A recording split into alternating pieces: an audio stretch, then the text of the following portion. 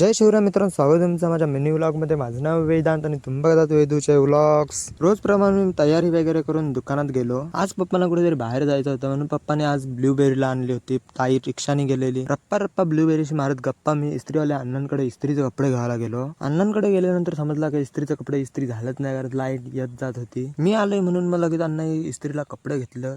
त्यांचा favourite show बघता बघता हालनच्या वर्गांच्या मैत्रिणीचे हल्दीला गेलो तर यो कॉलेजचा मित्र भेटला। हल्दीशी आल्यानंतर मी आणि पप्पांनी मग सुकत लावलेल्या मिरच्यांचं ढेकं कापायला घेतलं। काल जी व्हिडिओ टाकली त्याच्या आधी तरी 2 व्हिडिओना चांगला रिस्पॉन्स भेटलेला, पण ही व्हिडिओ जी मी आता काल टाकली होती कायच तिला रिस्पॉन्स भेटला नाही। नंतर पप्पाही घरी जाऊन टोप आणला मिरच्या ठेवासाठी।